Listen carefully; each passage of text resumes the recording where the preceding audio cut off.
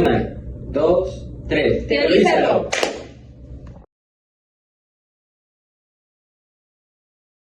Muy buenos días, me presento, mi nombre es Dana Sánchez.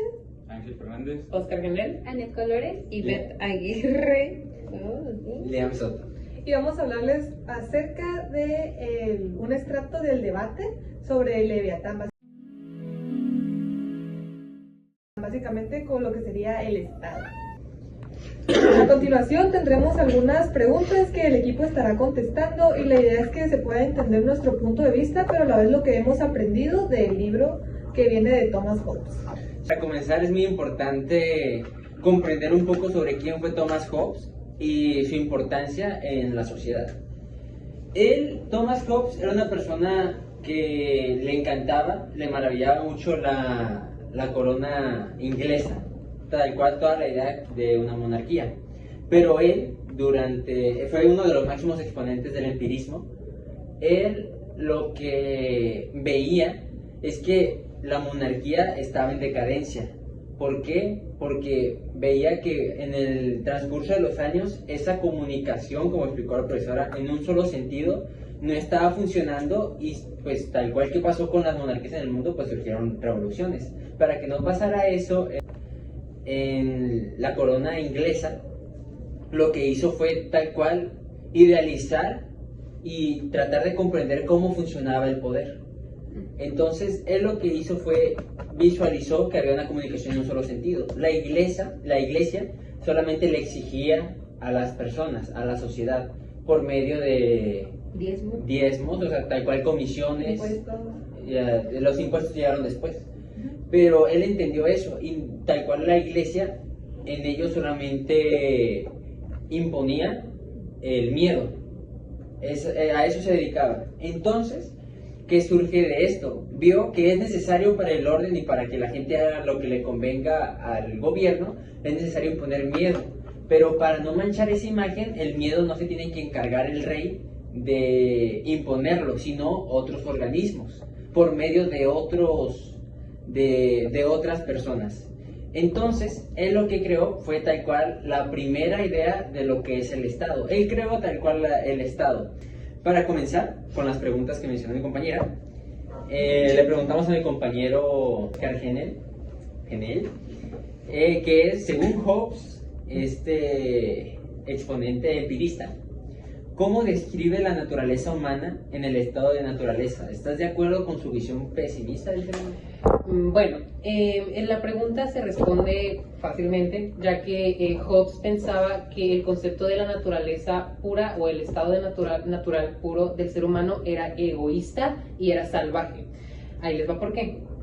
Él pensaba principalmente que nosotros en nuestro estado natural, bajo ningún tipo de régimen o en ninguna sociedad, éramos salvajes. Salvajes en el aspecto de que no pensábamos de una manera colectiva o no pensábamos en las demás personas y nos enfocábamos solamente en nosotros mismos. O sea que terminábamos siendo egoístas, por así decirlo, o un poco arrogantes, ya que por lo regular pues íbamos a pensar prácticamente siempre por nosotros mismos en cualquier situación. Entonces él, supongo que lo proyectaba salvaje como un animal, que no sé si saben que un animal, supongamos, ponemos el ejemplo de una presa y hay dos depredadores, los dos depredadores, sin importar que el otro quiere la comida, van a ir por la misma presa y no importa si se pelean por la presa, lo van a hacer a costa de lo que sea para obtener como que su satisfacción personal. Entonces siento que a eso se refería con ser salvajes, en que éramos como que animales.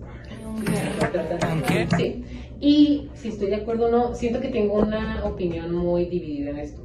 Por un punto, o por una parte, entiendo el punto de vista y como que lo comparto un poco, ya que sí puedo llegar a pensar que si las personas no cuentan con un tipo de régimen o algo que deben de seguir, pues va a haber como que mucho caos y pues las personas más que nada van a destruirse unas a otras. Pero no considero que todas las personas somos salvajes por naturaleza. O sea, considero que en ciertas personas lo salvaje de manera natural es como que diferente. O sea, no necesariamente en un aspecto egoísta, sino como puede ser en tus sentimientos o en cómo actúas, pero no necesariamente como ser egoísta. O sea, lo veo más como en una manera general. Entonces, por eso no estaba muy de acuerdo con él, porque me parecía como que encasillaba a todas las personas en ese aspecto de salvajes, cuando a lo mejor no. La siguiente pregunta es, ¿qué te parece la idea de Hobbes sobre la necesidad de un contrato social? ¿Es la única manera de evitar el caos? Esta pregunta va para mí, que yo sí, como te decía, miraba mucho que habían personas que las personas no necesariamente necesitaban de una sociedad, pero yo vi que sí. ¿Por qué? Porque en su teoría tal cual marca que el hombre sin la sociedad es salvaje. Yo malamente en el salón di un ejemplo de que es primitivo, pero es muy independiente del concepto de salvajismo, pero tal cual sí depende mucho de... sí necesita mucho el contrato social, porque sin él entraríamos en ese caos, como él bien lo menciona. Necesitamos un pacto que nos rija tal cual nuestro comportamiento, tal cual lo que queremos hacer y lo que queremos hacer con el otro. Yo siento que es fundamental, y el ser humano sin eso entraría en, como mencioné, en total caos. ¿Es la única manera de evitar el caos? Yo mencioné que sí. Es la única manera, por lo mismo que les acabo de mencionar. Sin una sociedad estaríamos en caos, y en sociedad nos regiríamos en códigos morales necesarios para el progreso de una sociedad y para que funcionemos todos. La pregunta número 3 nos menciona: Hobbes argumenta que un soberano con poder absoluto es necesario para mantener la paz y el orden. ¿Crees que el poder absoluto puede ser justificado? ¿Qué peligros puede tener? Esa pregunta va para mi compañera Dana. Yo estoy de acuerdo. Aquí les va. ¿Por qué?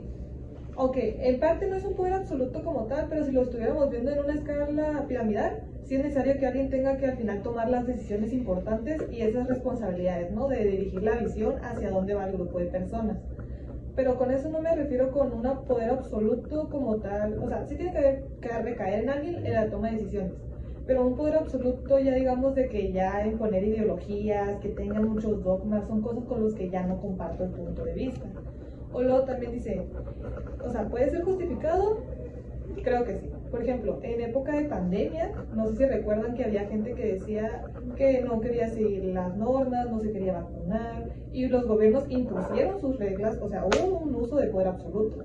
Hubo un uso, pero como tal que no sea algo prolongado. Y dice, ¿qué peligros puede tener? ¿De qué nos serviría una sociedad con poder absoluto? Va a ser una sociedad sometida, como antes habíamos visto a través de las historias.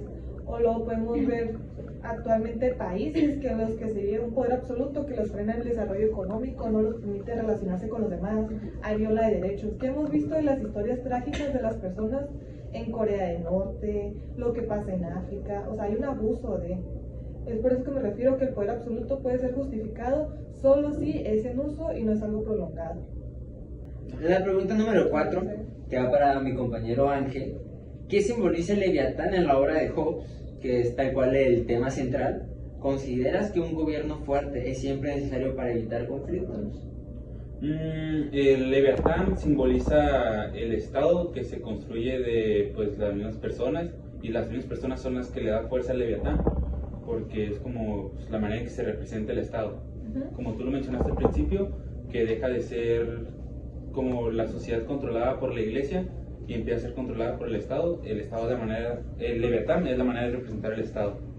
Y sobre que considero que si un gobierno fuerte es siempre necesario para evitar conflictos, en mi opinión, yo opino que sí, ya que le da fortaleza a la sociedad el hecho de que sea rígido ese gobierno, de que no tenga como tanto quiebre, evitar estos conflictos base a la fuerza que tiene ese gobierno.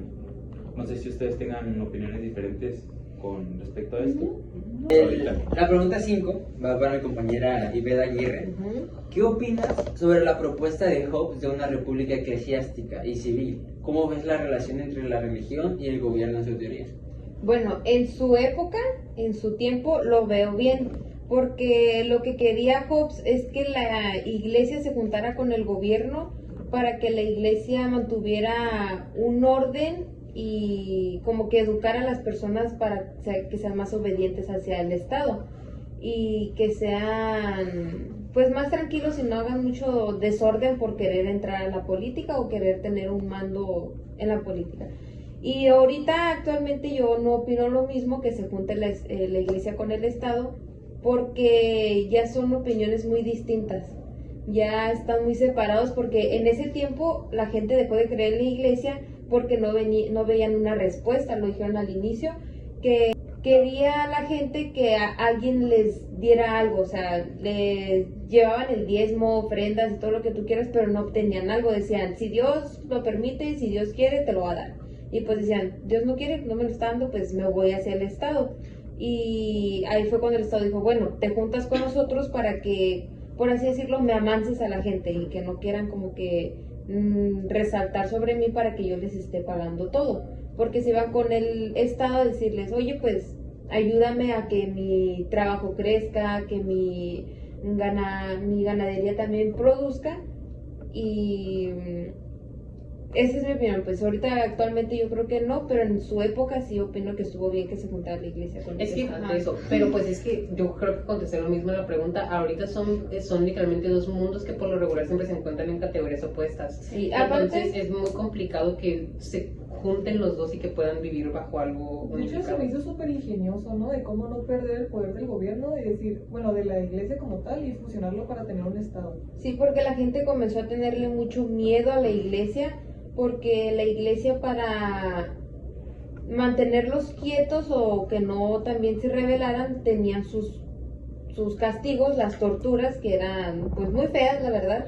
Y el Estado las cambió por nada más estar en la cárcel. Ahí no te pasa nada, no te torturan. Ya si la gente te lo hacía, pues Bueno. era diferente, pero no se comparan pues las torturas que hacían. Muy bien. La pregunta 6, que va para mi compañera Anet Colores. ¿Es válido sacrificar la libertad individual en favor de la seguridad como propone Hobbes? ¿Dónde crees que debería trazarse la línea?